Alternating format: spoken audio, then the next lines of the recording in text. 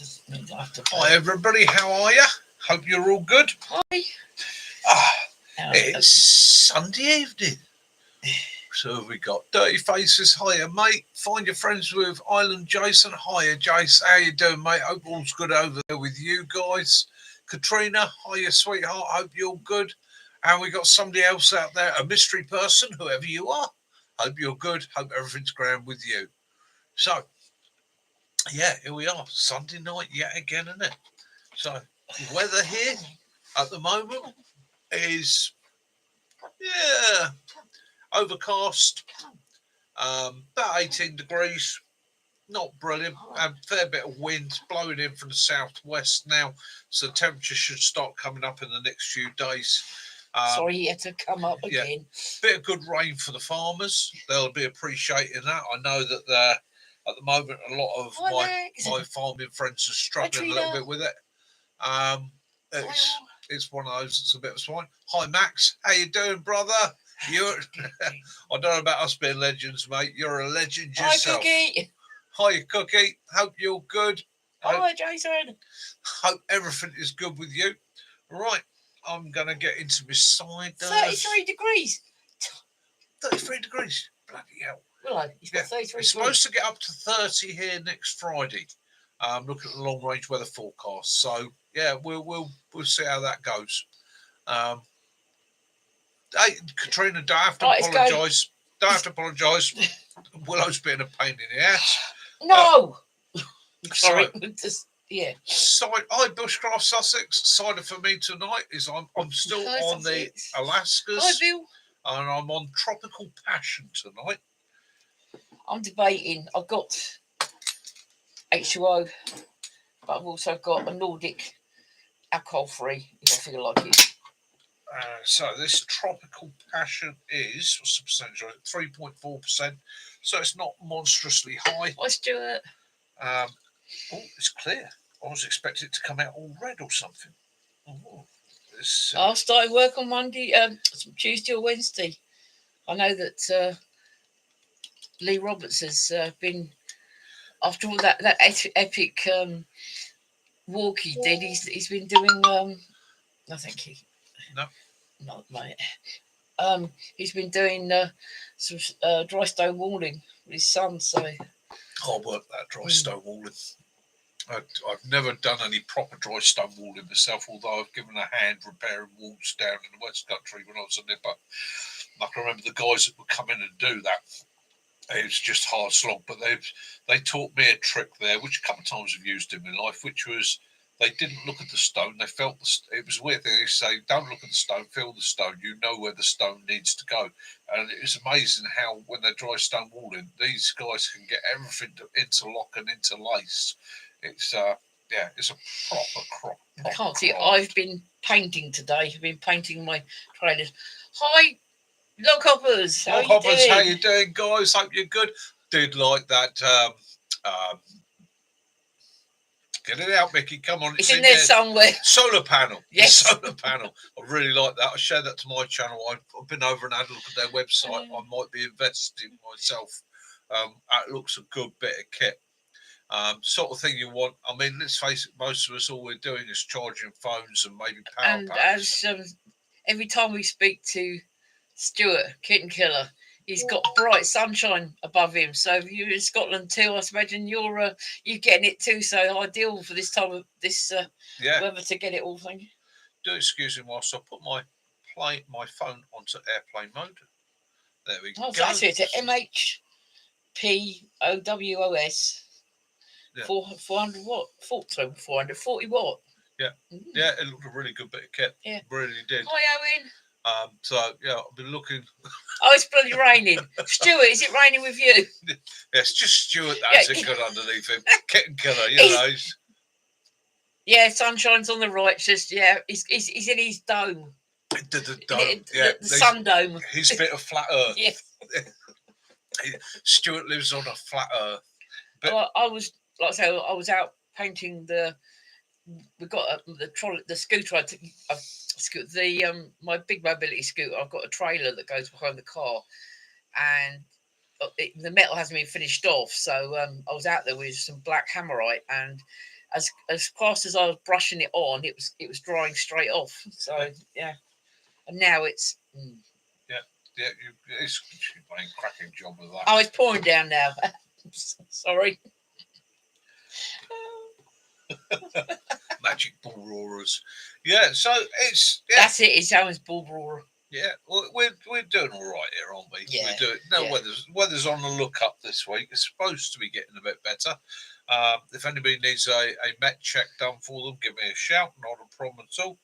And hopefully everybody's good. I know our dear friend, and I don't know if he's going to be able to join us tonight, but I'd like you to all have in your thoughts and prayers our dear friend Living Lavu. He's had, I'm not going to say too much about it, but he's had a really disastrous week for him this week. Yeah. And I'm pretty sure he'd appreciate all the thoughts and prayers he could get. I'll leave it to him to tell you on his channel what's happened. But yeah, a real nightmare for him. Yeah. Hello, Benny.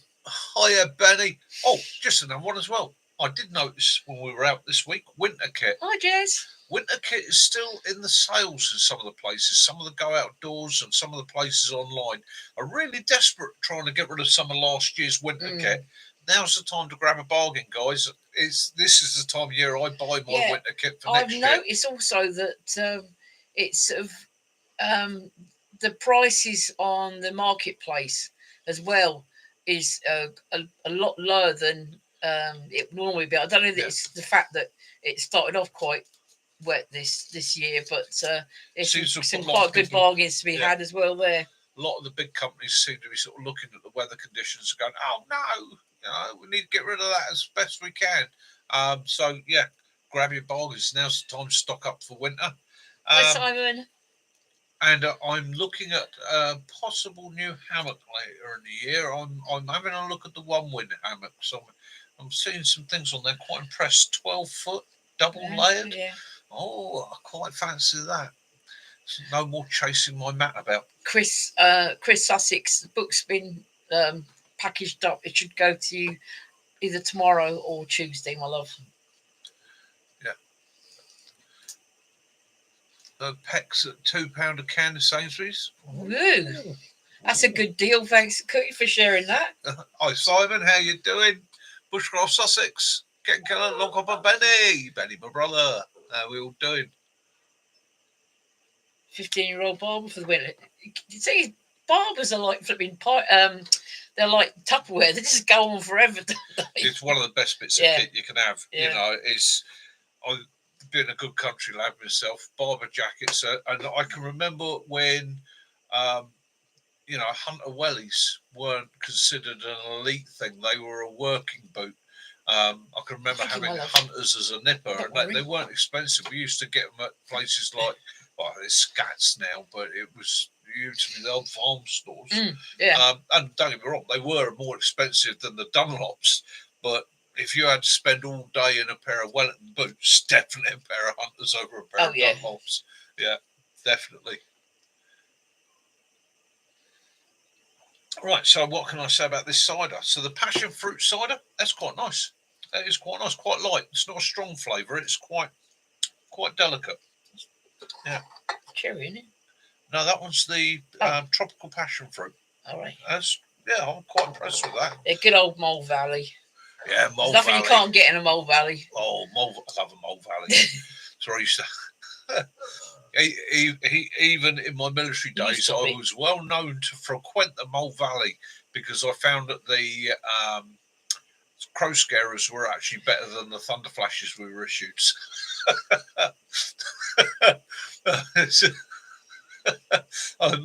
Maybe more than one military unit would turn around to me on occasion and say, Nick, could you get us some more of we're going on an exercise, could you get us some more of your magic bangs? Yeah, no problem. Yeah.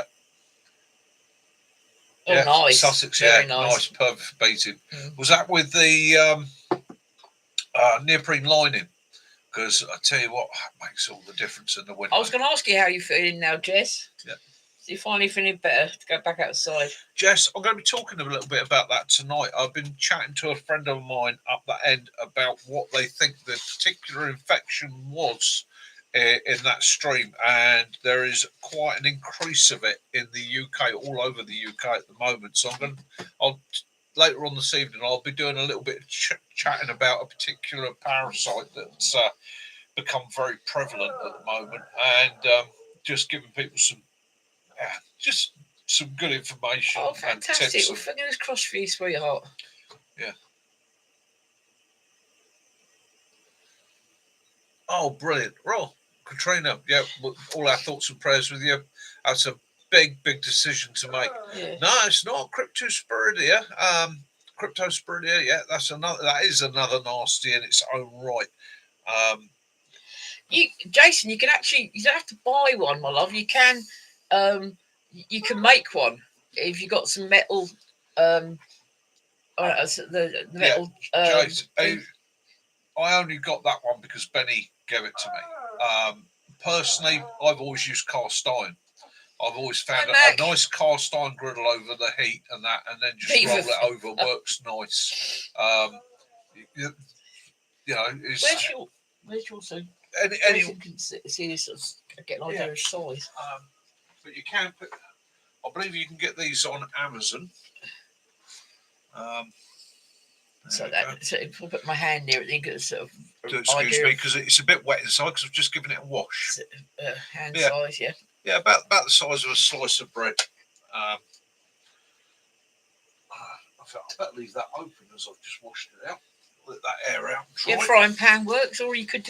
Yeah. I should imagine there's less deep lids for like the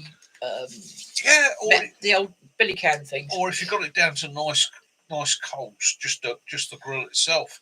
I mean, this is one of the ideas of it is Ridge Monkey. Not just show everybody using a Ridge Monkey or one of these pans. It's whatever method you prefer yourself.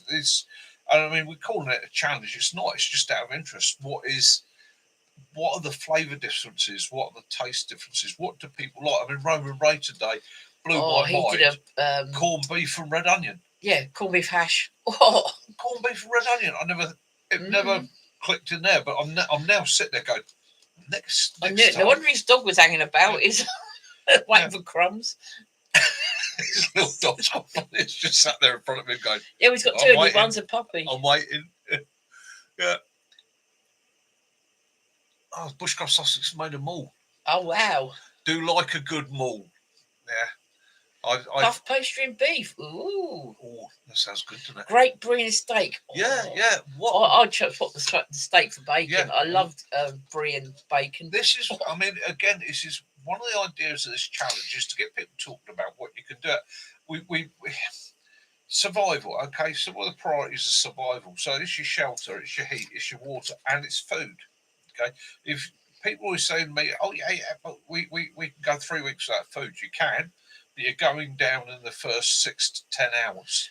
As the sugar levels drop, as the carb levels drop, as the energy levels drop, the brain starts to mess up, the muscles start to fail, the body ceases to function correctly.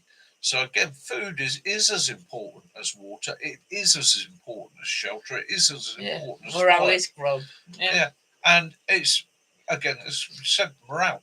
So one of the things I want to do is say to people, look, I've spoken to people in the past, they've gone, I don't really want to do too much food on my channel because, food's not really survival. Well, it's got the little, the metal bowl plates and that you get. They're quite lightweight, but you can and again, it's just like to see what other people do, and also then people come up with ideas, recipes, methods, different techniques for grilling and so on. I'm thinking about doing a sweet one because I like the cheesy ones and that, but I did like a sweet one as well. I've made grilled sandwiches before now, wrapping them in foil. Wrapped it up in foil and put it on the coals just to make something that was a bit hotter than, in actual fact, to be honest with you, what it was for those of you that ex-British military, you'll know what I'm about, got horror bags. And the horror bags came in and opened it up and I had that one thin slice of ham sandwich. And on the other side, the cheese sandwich with just a couple of grates of cheese. I mean, just, the flakes. And it was one of those things I looked at it and I was like, what am I going to do with this? And I ended up just wrapping it in cooking foil, aluminium foil, just several layers onto the coals and toasted it. And it made it a hell of a lot more palatable than having it as it was. Sussex is doing a shoulder of pork in the woods tomorrow. Oh, nice. We use a dog. We'll track him down. Oh, yeah. I might be. Track him down. I might be having a whip out Sussex tomorrow, love. I'll bring the apple sauce with me. Snacks, pack lunch. Yeah, and these your sometimes it's a sausage roll, or sometimes you've got the cheese and onion pasty. I remember our lads when they were in the army cadets, they were actually on your range, weren't they? Yeah. And the whole unit was down there. They all got their horror bags, and luckily our younger one pulled the pastry off, and it had like a blue fur coat underneath it. Yeah. Good advice there, log hoppers like that. Yeah, birch brackets. Definitely. I mean, they're one of my go-tos anyhow as a restorative and a regular immuno booster for myself. Birch bracket tea or polypore teas. Yeah, absolutely. Yeah, you're not that far away from us because it's surprising when we moved to Hampshire, when we went down to Little Hampton and that, how much quicker. And then it was some of the places, the ways we were going, almost like back to front to what we go if we would have when we were in Cranley. Cheese beanos. Yeah. Yeah, they are the polypores are hard, but chronically, I get my polypores certain times of years at the year when they're young. I'd section them up into cubes and then I store them. I normally thread them on a string like you see me do with the peppers. I'll just hang them up to dry. And they will air dry quite happily, store for yonks, and you literally just slide it off the string, drop it into a cup of hot water, let it steep. The longer you can steep it, the better. I quite often will leave it until the fluid's gone cold in the cup and then just neck it down. And it's not nice. I mean, I will be honest with you, it's bitter. I don't mind it actually, it's too much. I'm not going to get a spoonful of honey. That helps. I'd rather not. Yeah. That helps. Yeah, so that takes us on quite interestingly to myths and wives' tales, and wisdoms from our past. All these techniques, methods, and that they're out there, aren't they? Yeah. The legends and the lore that were passed down from our ancestors were a way of passing on the knowledge to share with us. And reading up on a couple of them today that are just out of interest to me. I mean, one of the ones is the yew tree. So the yew tree is always seen in two realms in our world or in history. One was as a symbol of immortality. Well, that's because yew trees can live for thousands of years. And the other one was as a symbol of death. And the reason that they were used as a symbol of death was because they are so potent. There is nothing about the yew tree that is really friendly, apart from the red pith. Cemeteries, exactly. Yeah. And I will say, just the red pith around the seed. The seed is really toxic, right? But that little bit of fruit around it, is edible. Everything else about the yew tree is deadly. Even the fact that it throws arrows a long way. And the reason I'm onto this is read an article today about a gentleman just in the last couple of weeks, unfortunately, lost his life. And he was a carpenter, a hobbyist carpenter, and he'd been working with yew. Basically, a poor chap killed over, got rushed into hospital. They did tests and that, and it was yew tree poisoning. And it was from the sawdust. It had been what he'd been breathing in, and he'd managed to breathe in enough of it that killed him. So again, when we're around yews, I don't camp under yew trees. I show them a lot of respect. It's a beautiful tree. It's got a lot of mythology and history about it. Very respectful to them. But again, avoid it. And the other one that came up in the same article was every year somebody gets rushed into hospital in the United Kingdom who has made pine tea and mistaken a yew tree for a pine. Yeah. It's good old yew tree bones. Lethal. They gave a nice little article underneath it from the medical profession, who said basically if you suspect yew tree poisoning, you need to get immediate medical help. You need to be got to hospital as fast as possible. If it looks like there's going to be a long time getting the person to the hospital, or there's difficulty in getting the person to the hospital, they need to be made sick. They need to get it out. It's a slow release toxin, but once it's into your system, it is a nightmare poison. There is no antidote. Okay, once it's into your bloodstream, if there's enough of it, that's it. Jason was just saying he uses yew wood with his fireboard kit for the handle. Yeah, I would ditch it if I were you, Jason. Right, so not everyone knows that it is a toxic wood. A lot of people in a lot of country people knew years ago that there's two woods, especially in the UK, which we don't burn. There are laurels and there's yew, because both those have high levels of toxins that can be emitted in the smoke. Now, the yew tree is listed as a good burning wood. However, that's in something like a log burner, something sealed, something where you're not going to inhale the smoke or get the smoke, but the toxin is in the smoke as well. So pretty much be careful of the use. Fantastic mystical tree. I have a lot of time respect for them. Looking at it from a distance, but don't be touching. They used to say in the mythology it was don't sleep under the yew trees or your spirit will be taken. And that was a way, I suppose, of teaching people how poisonous it was. Anyhow, Kaz, all right, it's my turn, is it? I've been doing a little bit.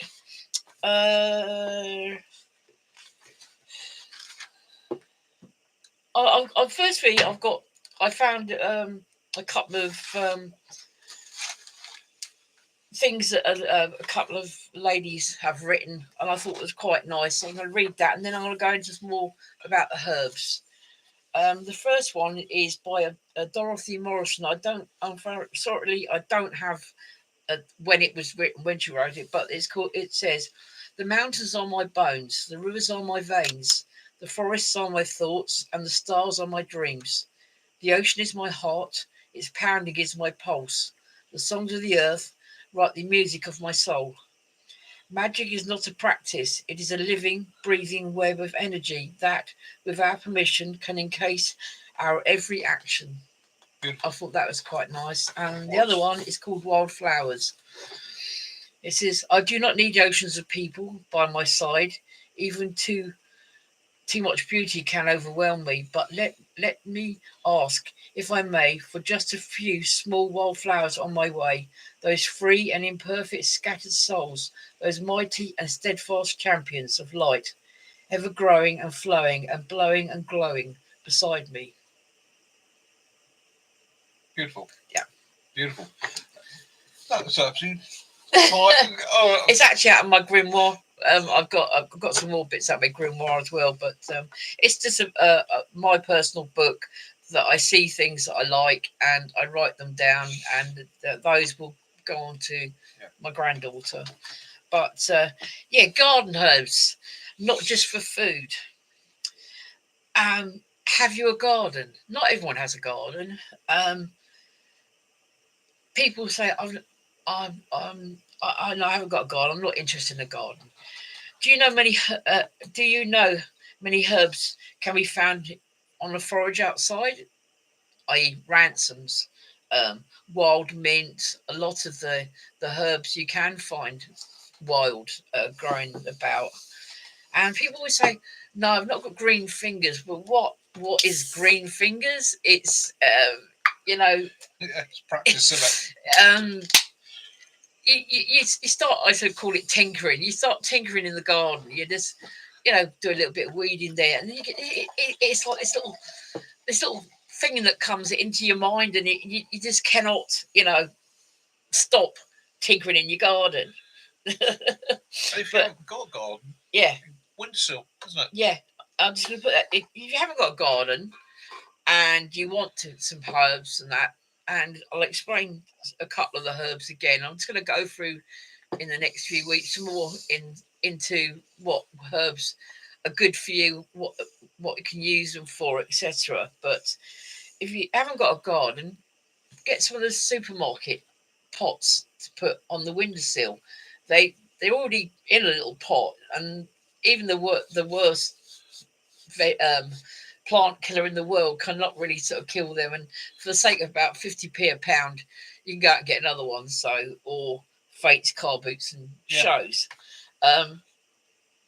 One of the things we used to like doing when we had the bath, now we've got a shower, is if you pick fresh leaves, herb leaves, mixture of anything, it doesn't have to be specific ones, put them in a bit of muslin, a bit of your wife's tights or something, and excuse me, and tie it round the tap so that as the hot water comes out, it leaches the oils and that out of the herbs and that you've got in there. We can use a shower head as well, and that gives you a good feeling of, it's good for the skin and things like that. Kaz used to do me a lavender and rosemary bath. If I'd had a really long shift, it was really stressful, she'd do that for me, and I would come home and it'd be ready there for me to just lay back and smoke. And hi, Mike. Sorry, I didn't see you come in. The smell of lavender is just absolutely amazing as a restorative. Funny you should say about that, Simon.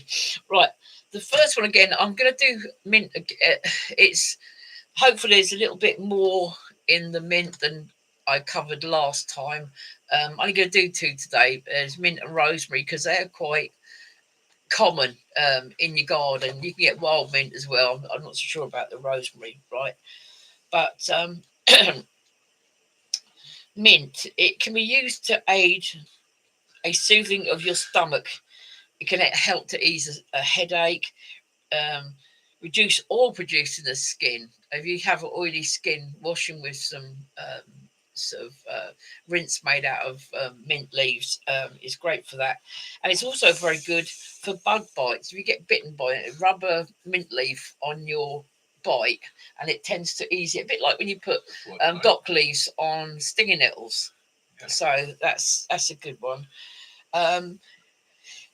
Mint is a great source of vitamins and minerals, and it's a natural anti-inflammatory, and it's high in antioxidants. Now, mint relieves symptoms of IBS, indigestion, and heartburn. It boosts skin health, helps you with travel sickness as well. If you suffer from travel sickness, having a mint to suck on in the journey, it's good. It also if you have a blocked nose, it aids nasal breathing. You can use it as teas. It can be added to recipes. It can be used as a garnish, and you can of course eat it because it's edible. You can make salves out of it, reduce it into essence, and a few drops of water helps when you clean the floor. You just put it down and mop the floor. It's good for that. Side effects. Now, as I said last time, I suggest things that these herbs and that are good for, but like anything, before you try it, get some medical advice first. And one of them, the main one I would put here today, is the side effects of mint. Now, it's quite horrific, really. Right, if you take blood pressure medications such as felodipine, warfarin, or metoprolol, or any chemotherapy drugs such as docetaxel or cisplatin, peppermint can really interfere with these medications. And if you do take those, be wary of the peppermint oil and peppermint stuff. Again, consult a doctor. Also, people with the following medical conditions: gallstones, hiatal hernia, gastroesophageal reflux disease, or GERD.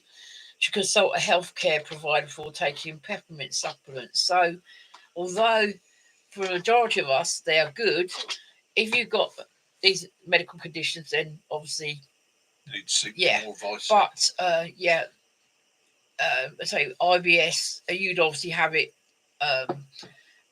on your food, added to your food and things like that. So mint, like I said, I've already gone into mint, but I'm afraid I'm not really, I'm a bit shaky today, so you'd have to excuse me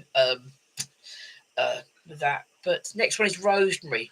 This herb has been used for health since ancient times for its medicinal purposes. It's been used traditionally to help with muscle pain, improve memory, boost the immune and circulatory system, and promote hair growth. Now, I read something the other day that they say if you're feeling a bit fuzzy headed, if you get some rosemary and actually take deep inhale it, it actually helps with unfuzzing your brain, and it also helps with like memory. I know a lot of people say it's poop. I actually follow. Excuse me. I actually shared this, and the great world of Facebook actually kicked it off because it said that I was sharing untruths. But I read this in 2000. Modern researchers have agreed that by taking rosemary, its active phytochemical, sorry, not psycho, may be beneficial for inflammation, heart health, as well as a food preservative. Rosemary can be used in cooking, infused into an oil, or used on skin for skin irritation. It's like they were laughing because when you said about it being a hair restorative, I did that. Yeah. Rosemary actually contains iron, calcium, and vitamin B6. Some research suggests it may be beneficial for depression, stress, and emotional upset. Well, in that case, I better get out and start reading the bush out there. Anyway, it can be good for your brain memory. And why I say about these Facebook told me I was spreading an untruth. Actually, in 2018, they did a randomized controlled test using university students. For a month, the university students were given rosemary supplements, and it showed that the ones that took the rosemary supplements actually improved their memory performance by quite significant amounts. So science backs it up. Yeah, definitely. So, however, very high doses may cause vomiting, coma, or pulmonary edema. And they're saying that I think it's no more than 40 grams, I think it is, of that. But you'd have to check that one. Right, it says how to use rosemary. Right, you can add 1 cup of boiling water to 1 to 2 teaspoons of the dried herbs. If you cover that for 10 to 15 minutes, keep it in the fridge, and you can drink that 3 times a day. That's good for you. Or you can put 3 to 6 drops in the bath or your foot bath to help the smell and the good thing for your skin. Or you can actually make a rosemary water, and it's about hair again. It's a hair rinse. You have a teaspoon of dried rosemary for every 1 cup of water. You bring it to the boil and you simmer it for 15 minutes and allow it to sit for 30 minutes. You then strain off the herb, and with the water you've made, you rinse your hair with rosemary after shampooing, and it stimulates growth. So you'll expect, if I make some this week, expecting to come back looking like one of the hair bears. Hippie next week. I had my hair cut this week because I started to look like a hippie. It was starting to get a little bit long, but you're right. That it's something that we've done for thousands of years. Using, you go to your village elder or whatever, and they say, right, take this, and they carry their stuff with you. So it's natural stuff, and if it wasn't for our natural stuff, they wouldn't be able to make the medicines and all that they eat now. I mean, I have read that they, again, like the mint, rosemary can also be used with some sorts of cancer. So, this is the thing, isn't it? I mean, we've provided security in the past for pharmaceutical companies that are going out into the Amazonian rainforest, and their first question when they meet the indigenous people is, how do you treat this? How do you treat that? How do you treat that? And then they take samples of the plants, and it all goes off to a laboratory, and then they break down the chemicals that are in the plants, and then they sit there and go, costs us a fortune to grow that, but can we chemically reproduce it? And then you end up with a chemical reproduction, which does work, but nature provides everything that we need, absolutely everything. It's just that we've lost knowledge or haven't gained knowledge. And the pharmaceutical companies are about making money. So they want to do it as cheaply as possible. And therefore, some of the benefits go away. Yeah, it's like sphagnum moss. The mosses, they used to use it so much to impact on wounds and things like that, because it protected it, but it also kept it sort of from drying out. Antibacterial, natural clotting agent. You get other plants like knitbone, common knitbone. You know, it was used to treat broken bones, and for years people ridiculed it. Wives' tales. But now the science is sitting there going, actually, it's got chemicals in it which do promote growth. So the knowledge has been there for thousands of years. It's just that scientists don't like people like me and Kaz saying, "Oh, I take the this moment it helps." You know, us ladies, we get a lot of baggies under, and so do men. Baggies under the eyes. Well, at the moment, I'm taking turmeric in a sort of cream stuff and put it under my eyes, and it is making a difference. And also, I'm having to go with bee venom at the moment as well. Putting it's very good for putting on moles and warts. I've got a little tiny wart that's near my knee, and it drives me nuts because I'm always thinking it. So I've been putting some bee venom on it, and it's shrinking. Yes. So these things are out there, and again, we come back to bee venom. So using bee venom as a treatment for arthritis, it stimulates the immune system. So all works. It's just we've got to find the knowledge. But again, just because it works, you've also got to use the modern technology to make sure it's not going to counteract any drugs you're taking, irritate your illness. I will look into that for you. I shall write it on down, Jason. I'll have a look. But it's like me. From the age of 6, I had horrendous eczema. I mean, really bad eczema. When the boys were small, my joints used to crack. When it didn't it in the winter, and it was really bad. And then I started taking evening primrose oil capsules every day, putting some in the bath or washing with it. And now I have not got any sign of eczema whatsoever. No, and so again, this brings us back into foraging. So a lot of these plants you can forage. You've got to forage them sustainably and responsibly, and you've also got to make sure that you can 100% identify those plants. As I said earlier on, a gentleman has recently died from sawdust inhalation, and in the research they were saying that a lot of people go out and make pine needle tea and mistake, and all it says in the article was most commonly mistake yew for pines or Douglas fir, make a tea from it and ingest that. I'll just look up as I see your comment there. Actually, the bee venom that they use are from a certain type of bee that is not a one sting, one and die. Yeah. The venom that they use is from ones that I think they have multiple stings. So I wouldn't have something. I wouldn't use something on myself that would have killed an animal just for myself. So don't worry about that. No, it's not not a sting die. No, it's not a sting die, and not all bees do die when they sting.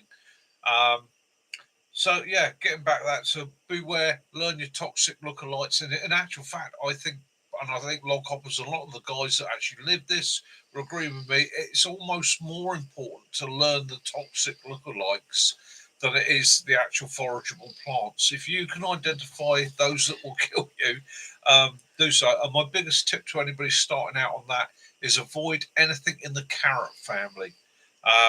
You know, one of the worst plants out there for people unliving themselves on a regular basis is hemlock. Most commonly, it's mistaken for parsleys and things like that. Anything that looks like a carrot top, discard it unless you are 100% know that that is something you can use. So, where does that take me? That takes me on to an interesting article I was reading about there being a stream in Scotland in the Cairngorms. A lot of people have been poisoned recently up there or made very ill, and this is something that's occurring more and more in the UK. There's been outbreaks in Wales, West Country, where people are drinking from what for years was considered a safe water source and is now making people very ill. And the illness in particular is giardia. Okay, now giardia is a parasite. It's a parasite passed on in the feces of humans and animals, but it's also a contact parasite. So if I wipe my mouth and I'm a giardia carrier and then touch a doorknob, there's a chance that I'll pass the infection on to somebody else. This parasite is rampant. It is vicious. It gets it into you, it's going to knock you for six. Diarrhea, vomiting, muscle cramps. It is absolutely ferocious. It can kill in extreme situations, and then for what a lot of us do when we're out and about, will knock us completely off our feet. Now, they say that a good person, a good healthy person with no medical issues can, not always, but can get over this in about 2 weeks. Okay. People with medical issues, obviously, it starts to hit them even harder. Your worst threat to you is dehydration. So, again, you've got to get that fluid into you. But if you're in a group and one person has picked it up, it's pretty much a given that it's going to get passed on around the group. If it's in a household situation, that person touching doorknobs when they're infected, touching implements, tools, knives, forks, plates, cups, spoons, clothing, and that can also pass it on. It is one of the reasons why, and I've had people laugh at me before, and where they've said, you filter your water using a Sawyer, which is superb, and then you boil it as well. Well, yes, I do. That's because I've had experience abroad. I've been into places that you really want to be very careful. There's not just giardia and that. There's parasites in there that will really mess you up. So I always double up, filter, then boil. Okay. I like tea and coffee anyhow. So my attitude to that is I'll boil that water off, make a brew. I know it's safe for me. If you have got giardia, or if you think you've got giardia, again the priority is stay hydrated. If the water source is what's giving it to you, and you have no other source of water, right, boil that water, considering you're consuming it. You've got to get the fluids into you. If you're days away from help, there's no point in going down. Like, know how long you need to boil it for? Right, I boil water for a minimum of 6 minutes. Okay. Absolutely, and that is rolling boil. That is, I've got it to the rolling boil. It is at a rolling boil, minimum 6 minutes. Hi, Ray. I have friends in the SF world that say 10 minutes, but I've always done a minimum of 6, and then I'll go get my tap, chuck a tea bag into it, get everything set up, and make me brew. Now on the channel, you'll quite often see me just do a quick heat of the water and make a brew. That's tap water. When I bring my pots and that, my containers home, they get steried out, dried out, and sorted. Giardia gets passed on via feces. Okay, so it only takes any mammal to do its business anywhere near that water source. It's infected. The worst one are mice. Yeah. Mice, isn't it? Yeah. We then pass it on via a cyst, and it can be passed on by saliva, us doing our jobbies and so on. So it is really quite nasty. It can only be treated really with antibiotics. It requires antibiotic treatment to sort it out. That's why anybody that has picked up any of these bugs out in the field, invariably you're going to get asked to send a sample for analysis. It's if you do have somebody in your household or you get it yourself, then this is essential. You need to then boil, and I mean boil, wash any bedding, any clothing, anything that may have come into contact with feces, saliva, vomit. Okay, they all need to be boiled, washed, or discarded. Okay, that person then needs their cup, their knife, their fork, their spoon, their plate, and whenever it ceased to be used, sterilize it. Okay. One of the problems with this is people reinfect themselves. So they go through the process of becoming ill. They feel better after a week or so. They think they're all good. And then they go and use a cup or something that they've sat up on the side. Now, this nasty little parasite can live quite happily in a damp, moist atmosphere for weeks. The only thing that is guaranteed to kill it is or kill the cysts that carry it is sunlight. Okay. So Google's told Jason it's a minute, so I'll probably get to do it a bit longer. Roll and boil for 6 minutes, mate. Yeah, isolate them. Put them in a. Yeah, and yeah, you really, if somebody's got it, you need to isolate them because contact. If they're moving around the house, they're touching doorknobs, handles, and that again can be a contact illness. So if they've or they've ceased to wash their hands afterwards. It's always best to boil the hell out of water, isn't it? Yeah, always. It's the oldest form of sterilisation. It's the best form of sterilisation, and you can't boil too much until. I mean, if the pan's dry, obviously you've overdone it. But you can't make an essence out of it. Yeah, you can't do too much. And if you're really concerned, if the water's really manky, you boil it till you're happy with it. Okay. Yeah. Big bubbles, no trouble. Yeah, exactly. Yeah. So it's found all around the world. Okay, everywhere you go in the world, you can find this particular illness. It's one of those we've lived with thousands of years. It's lived alongside us. It's learned to use us and all other mammals, reptiles, and amphibians as a host. I hike in the hills. So it does very, very well for itself. But like I say, it's one of those, if you go down with it, you're going to seek medical help. Don't think, oh, it's just a tummy upset and I'm okay. If you know you've drunk water from a source and you become ill, get tested. The other reason for that is, and it's quite important, is not just parasites, viruses, bacteria, heavy metals. Okay, and a lot of places in the world, UK included, there's been mining, there's been factories, there have been systems set up where things end up leaching into the water. And if you've consumed that water and you've picked up a heavy metal toxin or a chemical toxin from miles away upstream, they need to find out about that in your bloodstream because there are countermeasures to treat a lot of these things and they can start treating it immediately rather than you 6 months later losing all your hair, your penis falling off, your teeth dropping out. Well, girls are all right, aren't we? But that's the thing though. We, in olden times, people digging stuff up and it gets into the water. Of course, we in Surrey, around us at the moment, they had a lot of potholes appear in a road, didn't they? And the houses, and it actually turned out they hadn't realised there was Victorian sand mine underneath. It's Godstone, isn't it? And that's the reason for this infill. We just don't know what they've been mining, and it gets into water courses. Exactly. I mean, exactly that, Jess. And it sounded to me when you said what you got, Jess, it was probably Giardia. It is a real stinker, and it is one of those you got it. There's you need to get help. So again, be cautious around your water sources. There is never any excuse not to filter, boil, or look after yourself that way. I've had people sit there, I just drink from the stream. Oh, fine, dandy, good for you, mate. You're only going to get ill once.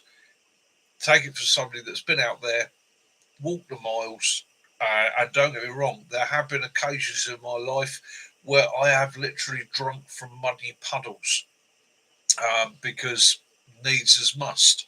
Hydrate, the dehydration was going to kill me before any illness that I was going to pick up from that puddle. So therefore, it was from that puddle, and the attitude was, as soon as I get back, I can get medical treatment and get myself tested. So yeah, but in our world, yeah, boil it, filter it, yeah, look after yourselves, and bear in mind it doesn't matter. The of all the techniques, things like heavy metals and that, they can bypass filters.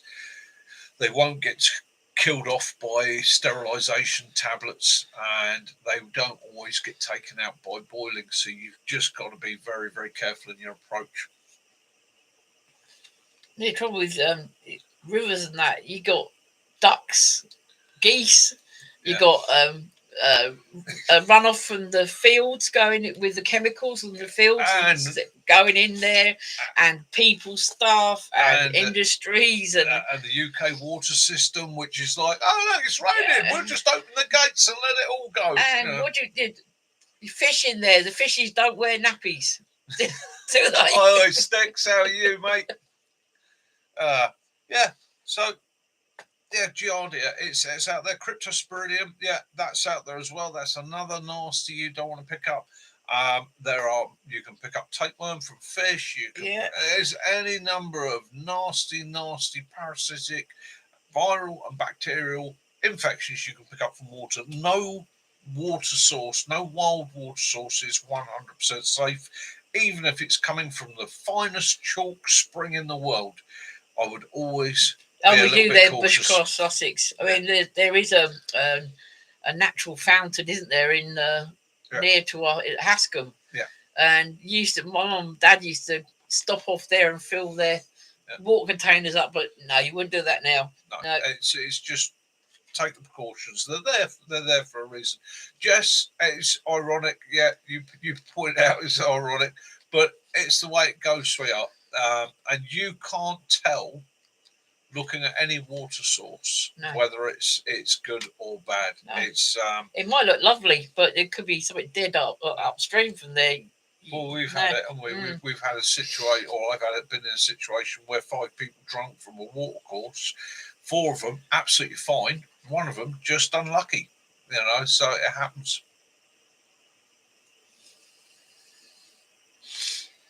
Yeah, it happens. You just got to be careful. I see that. You saw this week that Tarpac Innovations have put the video up of that place you went in Devon. Bear Down Farm. Bear Down Farm. That looks a nice spot, I must say, people. If you're in that area. Yeah, anybody that's looking for a wild, or say wild camp, it's on a site, but it is a wild site. It's a wild camping site on Dartmoor. Bear Down Farm, £10 a night. You've got everything there that you could want. Yeah. Whether you're hammocking or tenting. Yeah. And you've got a pretty good water source there. Comes off the moors. I would have to take at least a 500 gig of memory card for there, because I'll be I'll be click. Yeah, it's a cracking spot. And again, don't let this put you off going out there using natural water sources. Like I say, if you've got a filter system and you boil it, you're pretty much protecting yourself. Even when you're traveling the world, water sources from taps can be a risk. They can be a risk in the UK. It's just one of those things we take for granted, that the water's always going to be good. Cookie wants to know, do you have any suggestions for a wild camp local to us? Don't do what in the New Forest. Yeah, don't do the New Forest. They're cracking down on the New Forest at the moment, prosecuting people, unfortunately. Yeah, springs are much better, aren't they, than rivers and that? Yeah. Bear Down Farm has a freshwater tap. They also got a nice river there with a little bit of filtration and sense. You've also got on the top side of the site, there's 2 sections to it. If you use the top side, they've got the leat, and the leat is channeled water that is taken or runs down to Plymouth, and it's actually one of the water supplies for Plymouth drinking water. Eco flows, anything like that. Yeah. Oh dear. Old Sussex. Oh dear. Yeah. Not a clever boy then. Don't drink the water. Yeah. Other news, we were hoping to maybe have an idea of the next camp. Unfortunately, the main gentleman we need to speak to, he was away doing the NC 500, and then he's gone. Now he was in Portugal, no, Turkey. Sorry, going for a holiday. So he's celebrating. He's having one of those midlife birthdays that you can't ignore. And bless him. As soon as he gets back, I will check in with him and get us a date for the next camp. Talking of that, just a bit of news because it's going to come out sooner or later. But I've got to go back and have some more tests done. They're not happy with my prostate. There's no real worries or concerns there, but you'll probably get a couple of messages. Yeah, it's going to have after operation. It might require a little operation. Just when he starts getting better, they want to. I said to him, they're slowly stealing him from me. Yeah. Well, the bonus is they've been doing blood tests because of my previous problem, and something's shown up. So they're like, "Yeah, we want to get you in and get this looked into straight away." Sod's law, isn't it? Yeah. But hey, that's what happens when that's his way of leaving me. He's slowly having them take bits and they're going to be putting together. It's going to be like RoboCop at the end of it. I can't moan. In my life, I've been healthy and I've been fit and I've had adventures. I've seen people break, broken, fall apart, catch things, get clobbered by stuff all around me all my life, and I've always been that one. Somebody once said, "Blimey, you if you'd been on the Titanic, you'd have been the one that would have come off with a pork sandwich, quite comfy." It's just one of those things. My nickname for a long time was the Bullet Dodger, purely and simply because I seemed to dodge everything that come along. But life's caught up with me a little bit, and it's almost like it's going, "Oh, it's your turn now, mate." So it's a case of just look after yourselves, isn't it? Look after yourselves, stay fit, stay healthy, eat well. The Wookiee want to say hello, everyone. Yeah, saying that, I'm probably eating a bit too well. Getting on to that. Yeah, the Italian MRE Combat Toasty. Oh, I can hear him from up here.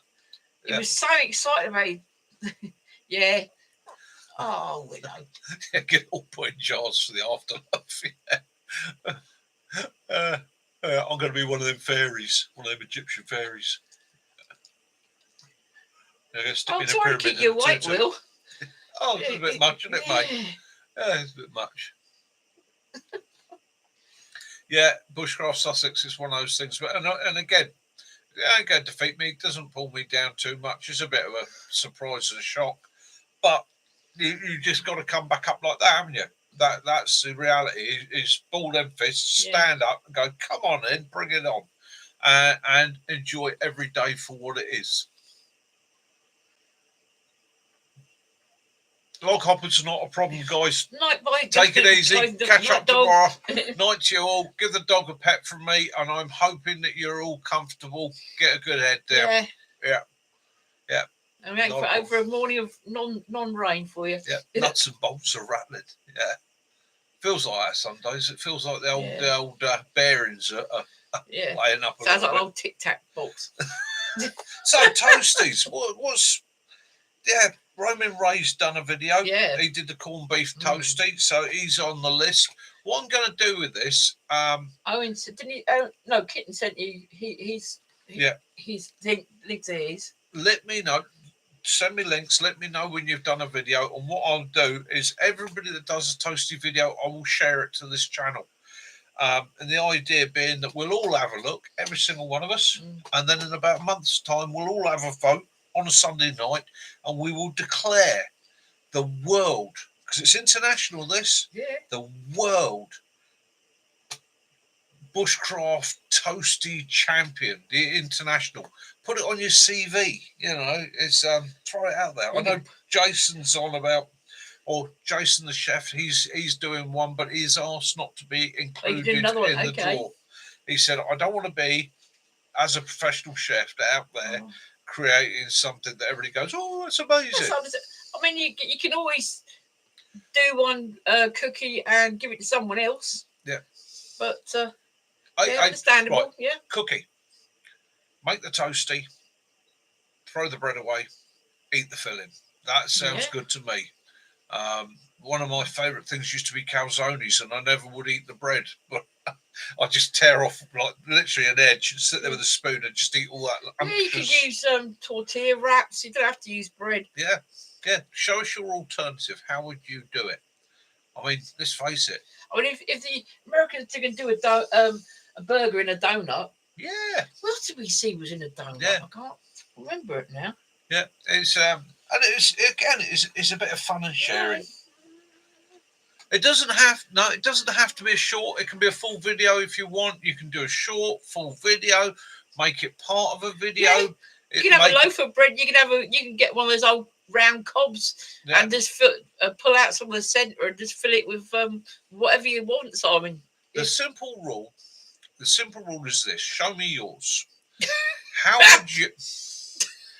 would you prefer to do your own toasted sandwich? Now, you can do it on a griddle. You can do it on a frying pan. You can do it cast iron. You can do it in a toasty maker. You can do any technique you want, any design you want, any method you want.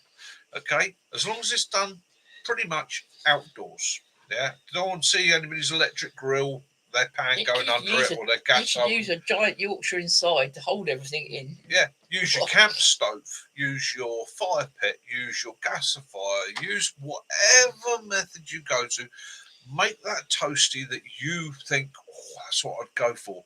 The simple rule is, ideally a toasty is 2 slices of bread with a filling, and the toast is toasted on the outside. Now, if you don't want to eat the bread, do an open one that's not squashed. Take the bread off. Use the bread as a plate. I think it is, Andy. It is definitely a euphemism. Yeah. I'll show you yours if you show me mine. Exactly. Just watch out for the crumbs. Yeah. It's there's all sorts of naughty phrases just entered my head there. Yeah. Would you mind? Yeah, of course. And it's just an idea. It's just a bit of fun. The other thing is, as somebody pointed out to me, what people eat around the world varies. Yeah. Varies massively. You know. You could have vegetarian meat. Yeah, I'd love to see. You know, no, a pizza toasty would not be cheating at all. No, it wouldn't be. Because a calzone, you think about that. It wouldn't be cheating at all. It's there is no real rights or wrongs. As long as you're having fun with it, it's something you like. And if you're putting it in your toasty, it's not alive. Yeah. Don't want to see any live toasties. I don't want to see squirrels clawing their way out of sandwiches. Although if they've already been prepared and sauteed nicely. Oh, hi, going. He said, "What? There's a time to come and show me yours." Okay, mate. Hi, Lavoo. How is it? How going? How Candy? How you doing, mate? We are. I haven't told anybody anything. That's your business. But I've asked everybody to give you their thoughts and prayers tonight, because I know you have had a viciously rough week. You do realise that I get to see the emails first, so I get to see you. Yeah. So, our thoughts, prayers, best wishes, love, and hugs are with you, mate. And I stand by what I said. Anything I can do to help you, give me a shout. Anything you need. Yeah. Oh, that's good. Yeah, there was a hashtag going around camping community, shows your baps for breast cancer. Do you remember the cock in the sock one? Yeah, we did that in the army, didn't we? Yeah. Had various pictures of men wearing a sock on their entries. Whole squadron stood naked in various situations. Did you have yours with a shotgun? I did. Yes. I had mine with a Remington 870 over my shoulder like that, with my combat sock on.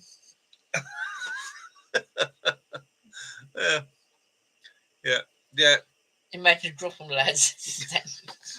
Yeah, it's all, and again, this thing it's all about a bit of fun, a bit of sharing, a bit of bit of joyous fun. Yeah. And again, it's interesting to see what other people's tastes are. I mean, Romy and Ray, corned beef and red onion. Stunning. I never even thought of it. But yeah, do you know what? Corned beef, red Hi, onion. John. He put loads of black pepper with it. And my brain was going, oh, it's like a beef pasty. It's almost a beef pasty. There's another one. You can't say that, Sussex. I'm not getting my baps out again after last time. That's like saying to you, that's your present for Christmas. Yeah, and you just sit there going... That's like saying, no, Mickey, you are not going to run stark naked round Aldershot Town Centre at 1 o'clock in the morning. In your socks. In your socks. After enough alcohol, these strange things happen.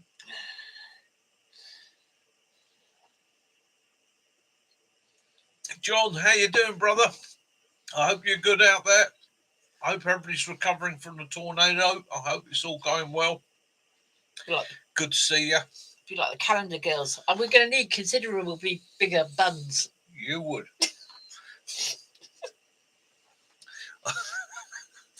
Brings me to my last page.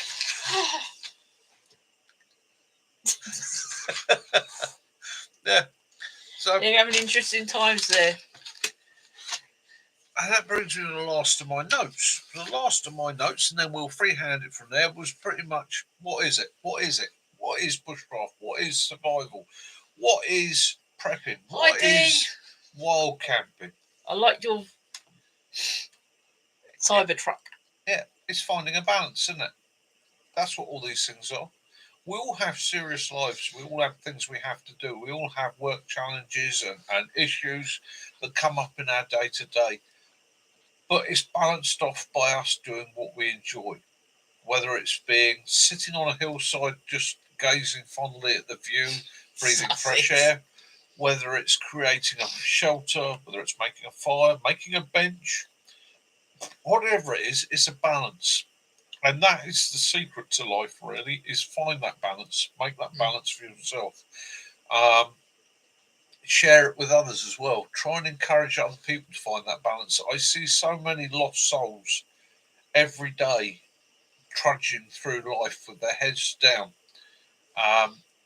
And you can see the look on their faces. It's like, it's the grind. It is that grind. Yet they just need to find that balance. And it doesn't have to be in what we do. Whether they might take up sewing, they might take up fishing, they might take up football. Find a balance. Give yourself that bit of you back again. Have it.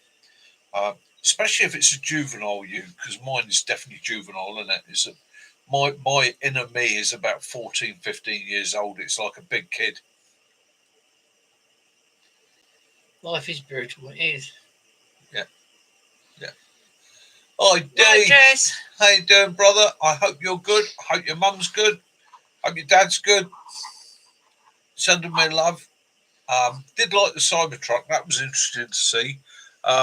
Scary. It was scary. I mean, I'm sort of glad we're not getting them over here in the UK, because British drivers given something that drives itself. Yeah.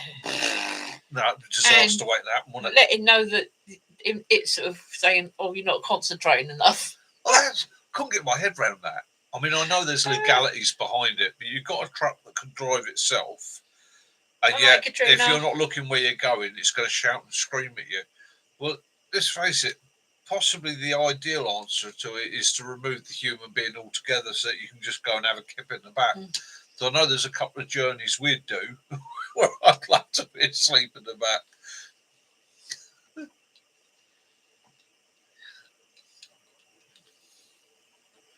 Yeah, nature does have a sense of humour. Oh, yeah. She's always asking you if you're committed. Or being committed in my case. Yeah.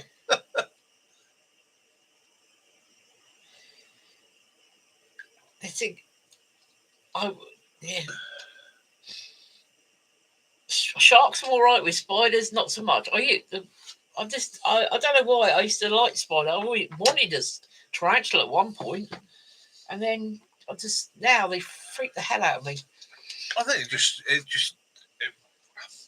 I think what happens is you get a subconscious thing. You might have seen something somewhere sometime, and it's your brain's just it's alerted that primeval you and gone, whoa, we don't like them. No. It's most phobias and fears are actually quite rational. They come from experiences, they come from things you see, you do, and also our primal instinct.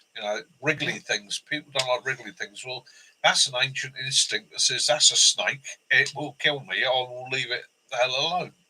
Same thing with spiders, I think. I just like, I've been seeing so many things on orcas up in Scotland. I said, Lars, I might actually go up there and see something apart from a blooming seal. Yeah. My grandfather used to make bricks at Rudgwick Brickworks. Yeah. He's an old bugger because he used to make these bricks by hand, and he never apprenticed anyone because he was still 80 when he had to retire making these bricks, because he made them all by hand and he wouldn't teach anyone. Knew how to keep his job safe. Yeah. Well, Kaz picked me up a new item this week, which I was quite pleased with. She picked me up one of these. So basically, my key ring was getting larger and larger, heavier and heavier. I've got more and more keys I've got to keep with me. And so the car keys came off, but the two items that I want to keep with me, and the majority of the time, but quite often I don't want to just That's probably tucked in better. the You pocket, put a ring on that. Yeah, is my little torch, come cigarette lighter, and obviously my little sword. The nice thing with this is it pulls out. And it's wire. The super nice thing with that is it's actually wire. Okay, so you've got a cheese wire if you needed it. You let it go. It's a cheese wire. It's not for anything other than cutting cheese or cheese. Yes. Yeah, I know we know someone who was bitten by a false widow when we were on the way down to Cornwall. Yeah. Didn't she? And that she still suffers with it. Yeah. Now, 10 years later. He's got a crocus on his chin, and he's still got a hole. Yeah. Well done, Bill. I love a catapult. So he's hit his first tree trunk today with his catapult off, nursing a bruised trunk for 2 weeks on my first attempt. Felt like Rambo. Did you do the old bang? Yeah, that one will get you. I mean, I for years I did it. I'll show you. I did the catapult. It's a bit James Bond there, isn't it? It was a team one again. And it actually says buy mount. It's actually quite a good bit of kit. I mean, the top, don't get me wrong, it's all plastic. But that, doing a ring on the bonus is I've got that clipped to my belt and I need to get to my knife. It's long enough that I can use the knife, and if I drop it, I'm not losing it. Right. So I used to, like a lot of people, grew up with a catapult and would do it that way, and regularly hit my thumb with things. And then a travelling friend of mine turned around one day and he taught me to do it that way. So I clasped that way, and I hold it on its side and I aim off of the top here. And so it's align the elastic with your eye thing. But the important thing he taught me was it's like pistol shooting. It's about the position and hold at release is always going to be the same. So he taught me arm straight. So put that arm out straight, line up the front, and then come back to the cheekbone. Yeah. So that as soon as my thumb hits the cheekbone in that same position every single time, I release. And that keeps the continuity. That continuity gives you a regular point of aim. So you then just adjust that point of aim. If you go a little bit left or right, or you get a little bit of a twist, you can then adapt on your hand to adjust the aim, or, as you said, aim off. That reminds me, we were watching fail videos last night, and there's these two ladies pulling apart for one another with one of those bands around their hips. Yeah, one fell out of it and the other one got it. Yeah. So, and again, it's just that continuity. So it's the same point of release every single time, the same hold, And eventually, Claudia said she's excited to meet you. She'll make a beautiful steak dinner. Oh, is that for you when you go with? Oh, what's that?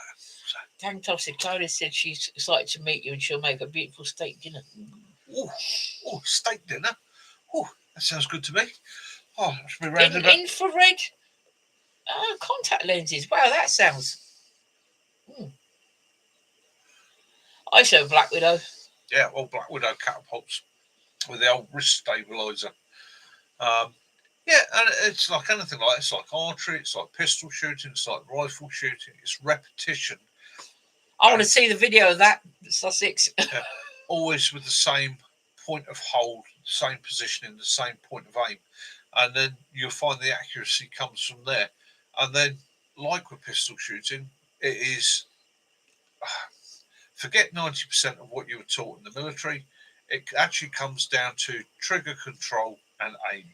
Okay, you can shoot from any position with practice. It's just having that trigger control and that aim. And it's the same thing with a catapult. It's the same thing with a bow. It's the same thing with any of these pieces of equipment. But you've got to start initially with gaining that confidence and having that point of aim and zeroing it. Yeah. Sussex has made himself a staff. Yes, I saw that. He said it's like having a mini trip. It's like a. I was quite impressed with that.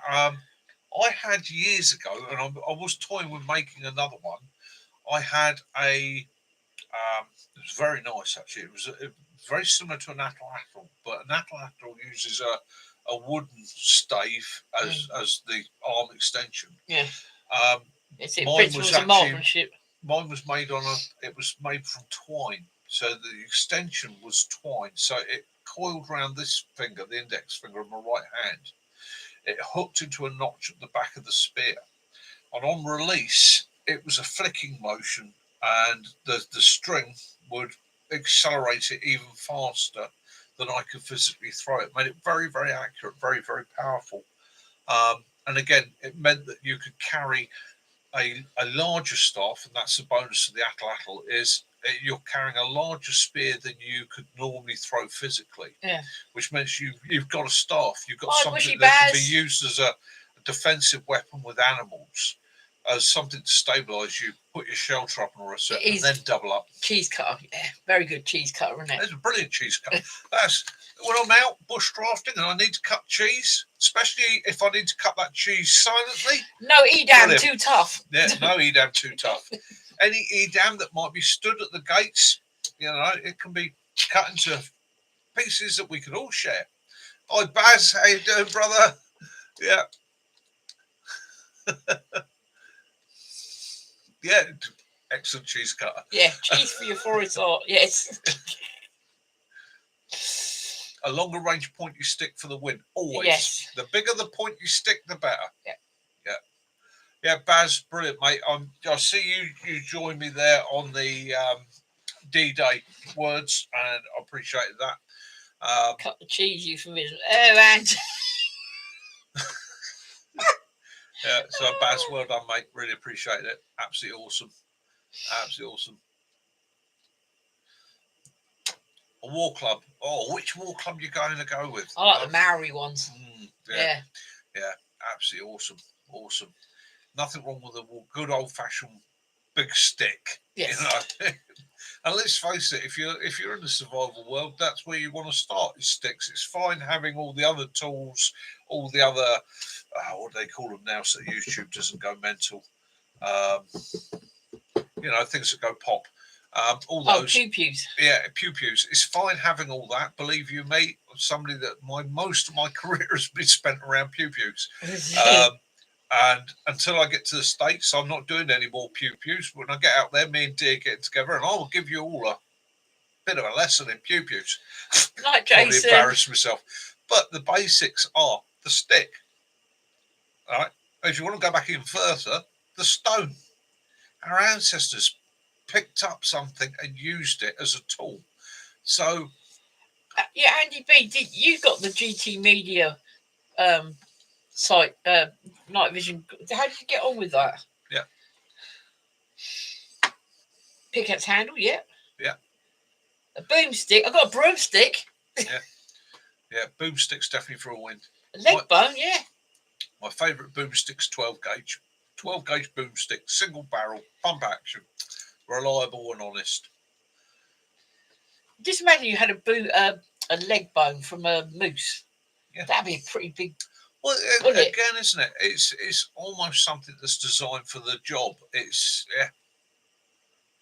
not using anger yet. Yeah, frog gigs. Now, I watched. I can't say where, but I watched a group of people with what I thought were going to be frog gigs or fishing spears, and it turned out they were actually designed for taking fruit. Right, and what they would do, it meant they could reach up 10 feet above them, and these spears with their barbs were designed to slide over the fruit, twist the fruit, and pull it out of the tree. And again, it can obviously double up as an item of defence or an item to hunt with. But again, when you look at Aboriginal people's digging sticks, okay, a fire-hardened pointed stick, it should be a basic tool. It is the most basic tool. You can dig roots with it. You can find things with it. You can use it to protect yourself. You can use it for 101 uses. But it's just a stick at the end of the day, fire-hardened to a point. Kit, is that the multi-purpose stick you made? You sent us the world's greatest survival stick. the survival stick. Yeah. That you sent all the pictures with. Yeah. And when you watch Indigenous people using these tools, it's absolutely a masterclass. Now, a digging stick for taking roots out beats any shovel, spade that you will ever come across. Especially when you watch somebody manipulating and following a tree root or a plant root back to find a tuber. Yeah. Absolutely stunning, But again, takes. John wants to know: have you ever tried tossing a rabbit stick? I've thrown all sorts of rabbits over the years. Rabbit sticks. Old poacher's technique, really, more than anything. Quite often thrown on the flat rather than overhand like that, thrown flat so that it rotates, then enlarges the area of impact. It was a tool designed to make or to raise the chances of hitting the rabbit. You do well with your Invisalign tonight, Andy. Yeah. So I was trying not to go there, actually. I mean, it's quite a logical thing when you think about it. A rabbit stick could be something like that, ideally a bit heavier. If you threw it that way, you've only got that arc of impact, so it's only the width there. If you throw it that way, then you've got that area of impact. Okay, so it spreads the area. Used to, for me, more often not birding sticks. Okay. John said side throw works way better than you think. Yeah. So in the UK, in the 17 and 1800s. It was not unknown for young men to go out regularly at the weekends with what they called a snog. Yeah. Okay. Now, a snog, I had one years ago, didn't even know what it was, and bend it like an idiot because I didn't realise what I had. But a snog was a stick, usually about the length of a short walking stick, but on one end was a lead ball. And it was moulded to the stick in an oval shape. Now, it was years later that I came across these and found out that they were a very rare antique. And how a snog was used, they were used for hunting squirrels. Okay, they were thrown into the tree. The length of the staff gave you the ability to throw it with a great deal of force and speed into trees to hunt squirrels. And what would happen was men would go into the woods and literally clear the squirrels out of the woods. Squirrels, rabbits, knocking the old fish on the head, wasn't it? Yeah, but they were, like I say, length of a walking stick with a lead ball on top. And the reason I got rid of it was purely and simply that. Because of its size, the shape and design of it, I was like, I'm pretty sure that's an offensive weapon. I'll get into trouble for it. If I'd known what I know now, it would have been up on the wall there as a prized item, because this one was on a piece of bamboo. So it was an old bit of kit. Snog, S-N-O-G. It was called a snog. Yeah. I believe in various parts of the country they had other names as well. but it Yeah, was it's like everything. yeah. You go through different, like foxes got different name. People got Yeah. another name for rabbits. And Yeah, I think parish to parish, county to county, things change their names and their titles. But it was, yeah, from my research, it was called a snog.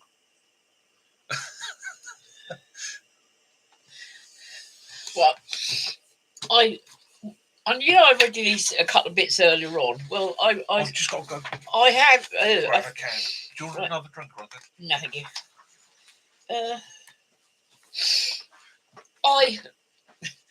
Carol's getting all wordy. It's another sort of a verse thing that I found in my grimoire again, and I thought you might like. It's quite thought provoking actually. It's called Life, and it says, "Hate has 4 letters, as does love. Enemies have 7 letters, as does friends. Lying has 5 letters, as does truth. Negative has 8 letters, so does positive. Under has 5 letters, so does above. Cry has 3 letters, so does joy. Anger has 5 letters, so does happy. Right has 5 letters, so does wrong. Hurt has 4 letters, so does heal. It means life is like a double-ended edged sword. So transform every negative side into an aura of positivity. We choose the better side of life."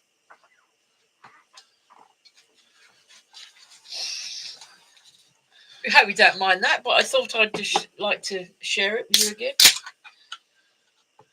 Positive mental attitude, always. Yeah, I say I was in my grimoires that I write bits that I like see, and yeah, it's funny, isn't it? Words have the same amount of letters, but they're complete opposites, and it's like feeding the, watch what wolf you feed. You got your good wolf and your bad wolf. Yeah. It's how you feed them. And anybody wants to chat to Kaz about anything like that at any time, the email address is up there. By all means, send her a message anytime you want. Even if it's just to say, Kaz, enjoyed it. It takes a lot for Kaz to do these chats on a Sunday night because she does struggle a little bit. I had the shakes before. I didn't know I was going to be able to do tonight again. Yeah. So she really fights her demons to come on here on a Sunday night. And I appreciate all the effort she puts into it. Something on my shoulder. Oh, that. Yeah. Oh, it's where I Willow was. squirrel. It was. Look at the state of it. Look at it. Look. Yes. The love goose is no more. Yeah, the love goose has died. Because he was Tommy had come round to see us, and Willow was pulling the stuffing out of it. So yes. Oh, and I hope you saw thank you. hope you all saw the short in a week at Candy, my old bike. It was a really, really good day for me. Tommy is my mate that bought the bike off me.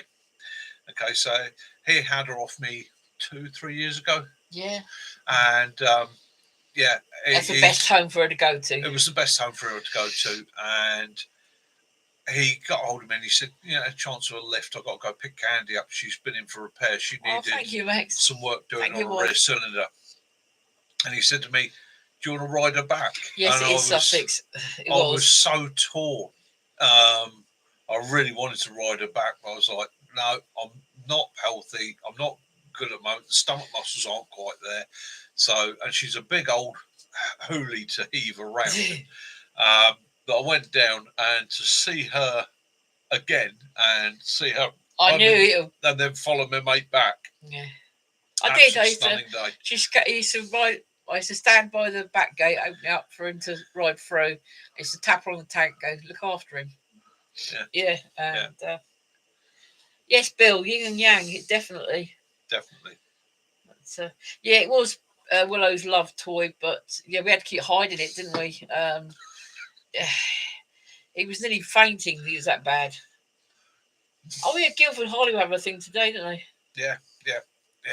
Guildford Harley, they're doing. Oh, thank you, Q. I went to the Guildford Harley show about must be 8 years ago. I went along. I was in a bike club then, and I went along. I like that free hot chocolate. And we got there a bit early, and they were basically, whenever they do a Harley up, they take parts off and they just put them in boxes and they sell them cheap at the Harley show. And I turned around to one of the blokes there and I said, "Hey, you got any ape hangers, toolbars?" And he went, "Oh, we got box loads of them." And I was like, "How much?" And he started bringing in these boxes of ape hangers and that custom bars out, and he was doing them a tenner each. Well, that car was full of them. I bought the lot. I literally bought every one I could, because I know for a fact they were like 150 to 200 quid to buy as genuine Harley items. That was a good month for me. That's right, I did well out of that. Did well out of that. Yeah, it's funny how the clubs went. It slowly went from him being the only one with apes, and then Jason the foodie. Because if you look that way, there, that's Candy, and that's Jason the foodie on his. Yeah, and bit by bit, and it's funny. There are all sorts of different bikes, and bit by bit, it's suddenly been XVS Yamahas. Copied, mate. There were 650s, 1100s. Eight hangers. Yeah, 8 hangers. Yeah. Yeah, people started customising their bikes and that sort of. It was quite funny because a lot of the guys would turn around and look at my ape hangers and go, "That's got to be awful to ride." So take it for a spin. Funny enough, and take it for a spin, come back and go, "Oh, I want one." Baz, we often had the bikes indoors. We at one point we had 2 VT 500s, and one was in the hallway, and one was in the dining room, and because we got tiled floor in the dining room, that I never worried about him bringing the bikes in. We've had all sorts in the dining room for us. I used to polish them like everything. Everything else. I'm very, very blessed with a very good wife who enjoys my pleasure of motorcycling. When we first met, I sort of spoke to Kaz and we got to know one another those first couple of days, and I found that she had a love of bikes and custom cars and things like that. Old trucks. Yeah, old trucks, tractors. we bonded like that. It was like, "What do you think of Massey Ferguson's?" And she was like, "Yeah, I like fishing too. I like a 135. And you're like, she even knows the numbers, and it was like. So brilliant. I'm ecstatic that we've got a V8 Range Rover because.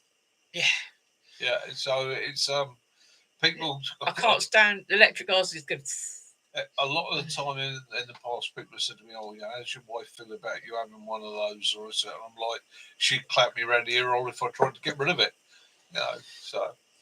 Yeah, my uncle's farm, we had a Forza Major, and us as kids, we used to play with that all the time. And old tractors, old trucks. Yeah. Love it. Steam power. Yeah. Yeah, we like a bit of steam, don't we? Yeah, it was a match. Definitely, mate. It was a match made in heaven. We clicked straight away. I'm a country girl as well, so shooting, fishing. Yeah. Even though on the very first night I was trying to do wheelies up and down Cranley High Street to show off to on my mate's brand new motorcycle. He literally had the bike 2 days, and I'm popping power wheelies up and down the high street like, "Look at me, look at me." It's funny what. With 19, I was a knob, wasn't I? She must have looked and thought, "Oh, what am I getting my hands into here?" Yeah, it's funny. The games used to play on the old farm truck machinery, and it's surprised that we're still alive. When we used to, my cousin who'd been like 8, 9, and. Lavoo, whatever you got to do, mate, take it easy. You know we love you, and we know that if there's any way we can help, we will do. I hope all goes well. Send all our love, Lavoo, and to you and your wife. And to you, your wife, your dogs, your horses, to the whole family. Yeah, we're sending our love, and we've all got our fingers crossed for you. Actually, Simon, no, it might sound old-fashioned, but I put in my opinion to things, but it's teamwork, right? So we'll get this out in the open now. So I'm very old-fashioned. Kaz worked and was a brilliant housewife. Anything to do with the home was Kaz's cup of tea. Yeah, I saw that, Benny. But it was always a team effort, a team chat. I very rarely put my foot down on anything in this in our lives. However, Kaz has always known if I end the conversation purely and simply with no, it's not happening, then that's where it went. But I would always listen to Kaz, always listen to what she had to say, listen to her point, and many a time I've listened to her side of the conversation and gone, yeah, I see where you're coming from. I agree. You know, she's changed it's my like opinion. we weren't going to have any more dogs after we lost the borders, and he said no more dogs, which I understand it is quite an upsetting thing, but with his mum losing her husband and with the amount of times you're out and about, I spend a lot of time here alone, yeah. and I just needed some emotional support, and Willow has been that. But I think for both of us, he's worked out. No, he's a lunatic. You love it. Bloody perisher. I love all dogs. I do. I love all dogs. My heart was broken. My heart was broken 5 years before we lost Ty and La. When I lost Boo, yeah. she was a border terrier bitch that she was amazing with me. She was absolutely my little furry soulmate in a way. And I still today don't think I'm ready to have another dog myself. I'll be honest with you, I still cry. I've got a picture downstairs, and there are days I look at her picture and I sob because I miss that little soul so much. She was taken too early from us, wasn't she? And she was taken by illness, and it broke my heart. And I'd had dogs my entire life. I've had mostly small breeds, Jack Russells. They were always working terriers. They were always dogs that had a job to do. But I've also had Labradors. I had a giant white Labrador, which is a very big Labrador breed. German Shepherds. Yeah, they are better people. But yeah, she was just that one special little soul. She knew that she loved the Scotties, didn't she? She had them wrapped around her little paw. She did. She was. Yeah. She knew when the horror bags were coming out. Oh God, did she?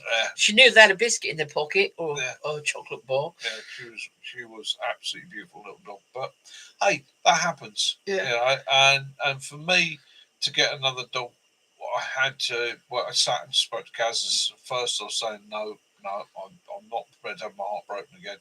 But as Kaz pointed out, you know, the amount of time I'm away, it's quite lonely for her. She needs a little companion. She needs a little friend. And when she said, I've been looking into Shih Tzus, I was like, oh my God, no. Oh, yappy little lap dogs and all that shit. Well, I couldn't be more mistaken. Absolutely super intelligent, easy to train, bright little button, and not hunter. And not a pest either. It's like at the moment he's gone into the other room. He's curled up. He's quite happy. He knows what we do on a Sunday night now. He comes in, has his wander around, has his say, and clears off. So he's happy. Yeah, he's a little so-so. Well, he's Kaz's so-so. Yeah, but he comes up to him at night and he goes, yeah. Yeah, little tap, tap, tap, tap. Wants his attention. Anyhow, this is the black shirt. This is the shirt with black the version. Black dye. Yeah, the black version. I like the way it follows the line there. Yeah, it is, isn't it? It's quite smart and comfortable. But it didn't dye the. Didn't dry that. Anything that is synthetic, the dye doesn't take to. So yeah. No, I'm afraid the goose is in the bin. Well, it went out with a bin. He plucked it. Sorry, it'd be in that bin. He pulled all the stuffing out, and we were worried about him choking on it. So. We'll find him another love goose. A non-silent one, Andy?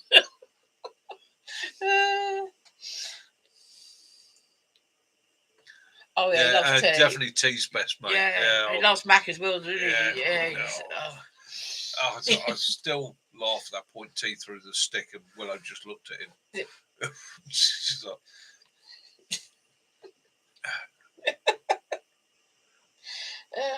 hi, Andy. No, mate. Take it easy, brother. Look after yourself. Have a great week. Yeah, have a wonderful week. Oh, yeah. So, yeah, that's where have we been tonight? We've been on a bit of a mission tonight, haven't we? I'm out with. Yeah, you. Sorry. That was the Dylon. Is it wash and dye? Yeah, it's just a machine washable dye. It was the one we used because these are cotton on the sleeves to give the arms protection and synthetic in the centre to breathe. We used the non-synthetic dye, and it literally seamed it off perfectly. It really come out quite smart. So it's made it. It's not so military. It's not so tactical. It's one of the reasons I liked it. It sort of demilitarized it a little bit. I feel a bit more comfortable, especially as I wear combat trousers a lot. One of the issues being, if I'm wearing a top like this and I'm wearing the combat bottoms, I'm not serving anymore. Vaccinates the world. It's. I'm just trying to, demilitarize myself just that little bit. You're okay, Andy. And yeah, it's nice. It actually makes you can see the lines better. All the stitching, because that's a synthetic thread. And there's so many different colours you can do as well. And and the other thing is, for me, if I wasn't living in a military town, it probably wouldn't matter so much. But because I'm living in the middle, right in the centre of a military town, every day, if I go up the town, I can guarantee there's 20 or 30 young servicemen, all in uniform, doing their stuff. It's just, I'm not serving it. And this isn't even my camouflage from my era. Well, the end of my era it was, but DPM was really my thing. And I'll be honest with you, DPM I don't bother dying because it's not a in-service thing. I'm not really screaming squaddy. It's just like, it's the gear. And this is something I was saying to somebody the other day. The gear, the modern gear, is so much better worked out than the older gear. It's so much better designed. Even the pockets are designed at the right angles. The stitching's better than it ever used to be. The materials used are a lot better.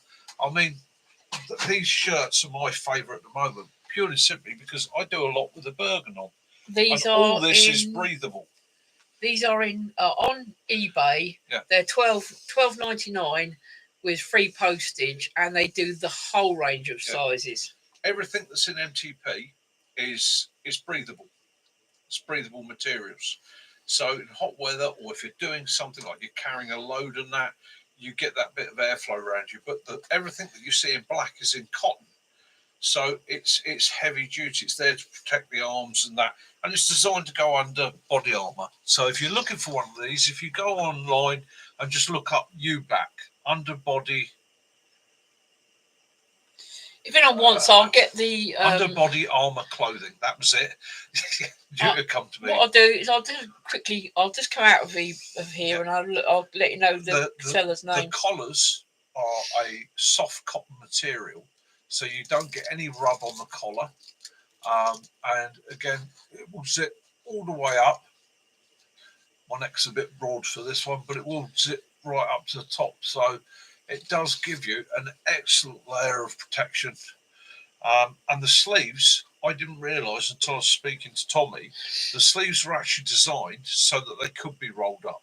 It's the same thing on the newer smocks. The newer smocks, they realise, especially guys like my lot, the engineers and that, quite often are up to their elbows in something. Right, I've just looked up and it says Army large UBACs, MTP camo shirt, warm weather top, long sleeve, airsoft fishing, $12.99, and it's got 100% positive feedback, and it's H10 / military / surplus. So he does a lot of the military surplus stuff, but that's the best one that I found so far, and he's actually based in Essex. Yeah, I wish they'd had these in my day, because I'll tell you what, life would have been a lot more comfortable a lot easier. They also do a winter version, which has a fleece layer on the centre. So it reverses it. It's designed to hold the heat in, but in both cases, they're designed with wicking materials. So if you are sweating, it takes the sweat away from the body. And I can tell you now, from my own experience, I went out, I did my walk the other day. I come back off of that. 5 miles. The last 2.5, I really pushed out. It was draining out of me. Within 10 minutes, this was dry. He actually does the British Army UBAC shirt, which is that one there. Brand new is $29.99. So that's a brand new one, $29.99. $12.99. I got this one, and I would say it's in A1 condition. There's no tears, damage. He does large, extra large, and large wide. Yeah. Honestly, guys, it's a great bit of kit. It's one of those I would recommend for anybody. In actual fact, have you got the address for them on eBay? And I'll write it up on the board. Yeah. A couple of the guys to see. Yeah. It's small H. Small H. Yeah. 10. 10. Yeah. And little side slash. You know, the little like minus sign. Yeah. Military. MILITARY.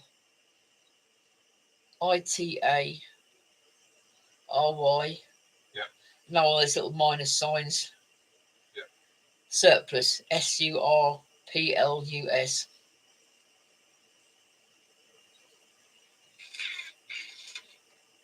He's got 100% feedback, and he's got 15,000. That's on eBay, isn't it? Yeah, that's eBay, and they're $12.99. He's obviously got different versions and different ones. Some have free postage, some have. Hopefully, you can all see that. Yeah. He does the underbody one that's got the plain one there, and then that one there. I wonder if he did that one the other way. He does that one, which is where it's plain in the centre. Plain here, and the camo there. I'm wondering if that. I tell you what, that would be nice in the orange, because it's only going to the dye's only going to take to the arms and sleeves. Yeah. So if you did that in orange or black, it'll be the centre, wouldn't it? And the centre would be just the olive green. Yeah. Yeah, quite nice. Quite that smart. One is $19.99. Yeah. I'll put that on the old. Simon, sorry to hear that, mate. Simon had a nice one that got nicked. Don't you ever hate that when people just help themselves to? Andy, mate, I am as dyslexic as they come. There's lots of words I know how to spell, but it actually comes to writing them up somewhere.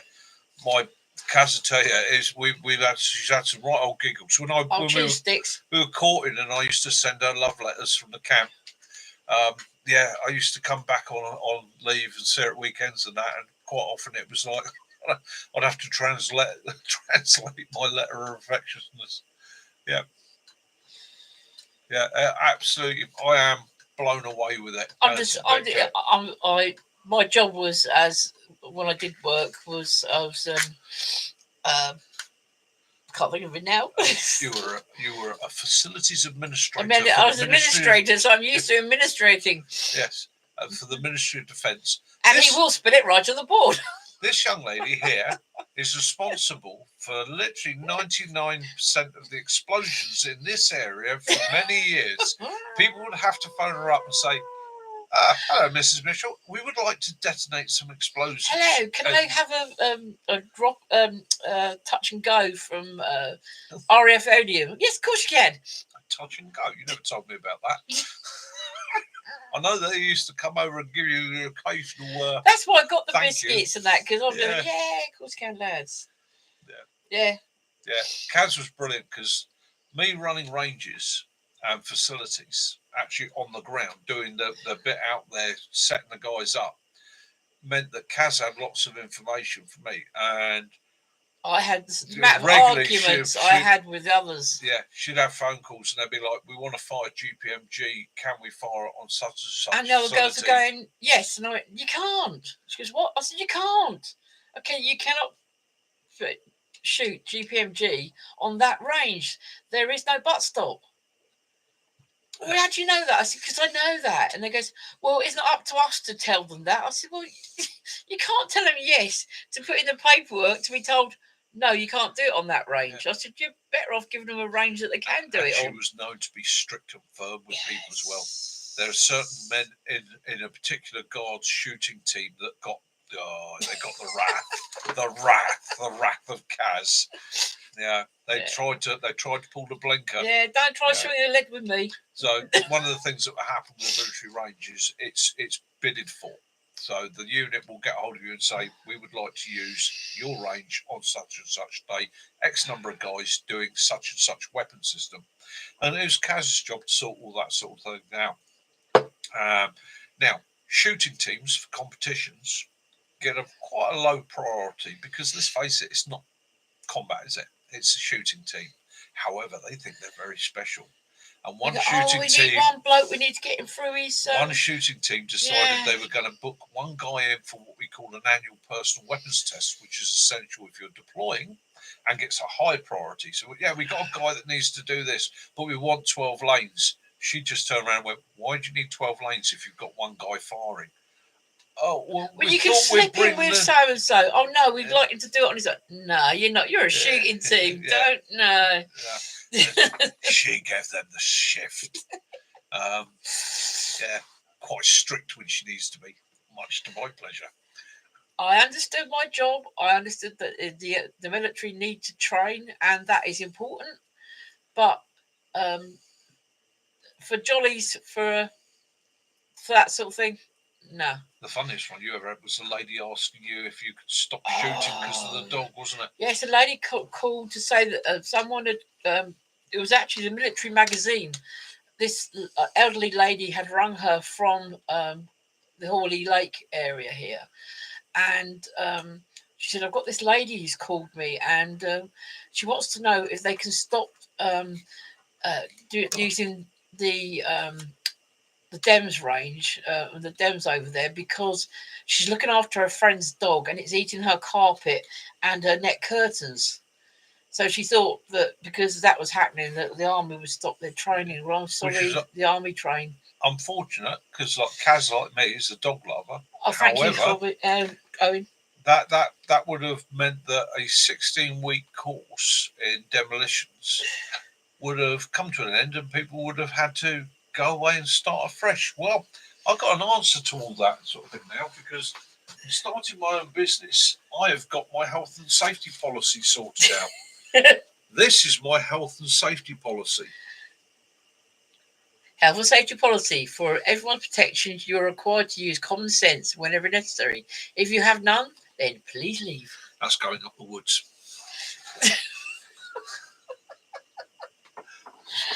Good night, Gray. I really enjoyed your video today. Very tasty. Have a good week and speak to you again soon. Yeah. Hash brown toasty. Oh.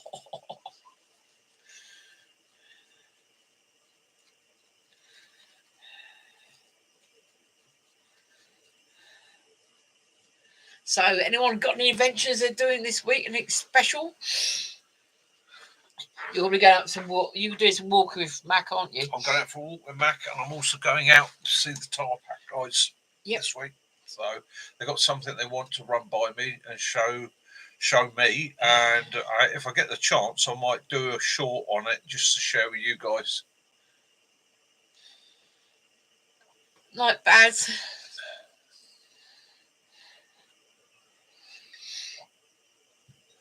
Night, Baz. Take it easy, mate. Have a great week. Well, I'm hoping for some bit more dry weather because I need to do some more bits on my scooter. Well, I've got a trailer. I've got a 5 miler with Mac. Me and him going out to do a 5 miler for a bit of fun. And like I say, I've got the Tar Pack guys this week. They got a new piece of kit to show me, so we'll have a look into that. Do another toasty. if they're ready for it, I might do a shorty on it. And I'm going to do another toasty this week, just to keep the challenge going. And guys, challenge everybody. Challenge everybody. It don't have to be bushcraft to survivalists. I just want to see toasties. Okay, Simon, I'll get them to, when you speak to them, I said, can you get Tarpet Man to check his email? Okay. Yep, will do, mate. Will do. Yeah. So, yeah. I shall have a chat to those. Anyhow, what is it? 1 hour and 54 minutes. So we're coming up to the 2 hour mark, guys. I'm going to leave you talking all about in toasties. Peace. I'm going to leave you all in peace. And me and Kaz haven't actually had any tea tonight, have we? No. We had lunch. I had porridge. Yeah, we had lunch mid-afternoon. Or we had a bread roll, hand roll, midday. And yeah, but it was a tiger roll. It was good, wasn't it? It was good. And we didn't feel hungry earlier on. But now I am starting to rumble. The old tapeworm is on his jungle drums going, come on, Mickey, feed me. And if everyone still likes, I'll look up another couple of herbs for next week, and hopefully, well, I won't be so zoned out with it. Yeah, we'll do, definitely, Simon. I'll get onto that tomorrow. And night, Simon. Yeah, night, Owen. And again, if anybody wants to message Kaz, wants to ask her anything in particular about the herb law, plant law, and things like that, and I'll have a look at about the IBS and that for you as well. Yeah. Anything else? Take it easy. Have fun. Have an awesome week, everybody. Night, Andy. There you go. More night, herbs. Cookie. There you go. People have a great week too, Cookie. Yep. So, I'm not going to run through the list tonight because I've had one sided too many. Hey! Should have had alcohol-free like I did. I should have done, but I tell you what, I will say. Night Sticks. Night Kitten. The Tropical Passion. Oh, just a bit night, too John. drinkable. Guys, take it easy. Night, stay Bill. safe. Get outdoors. Have your adventures. Emery tonight, yeah. Out with Max. Good night, mate. See you soon. Make a toasty. Night, Kiwi. I'm banging on about toasties non-stop. Yeah, it's my thing of the week, toasties. Night, night, Mole Catcher. Mole Catcher, good night, my friend. That's a brilliant name, that, isn't it? Yeah. Brilliant name. Yeah, have fun, guys. Look after yourselves. Get outdoors. Have an adventure. Do something fun. But more importantly than that, love those you do. Forgive those you don't. And may peace and light be upon you all. From me, Kaz, Willow, Mac, and the guys at Tarpack, and Jason. Yeah, have an awesome week, guys. Look after yourselves. Yeah, have fun. This is Mickey out. Night.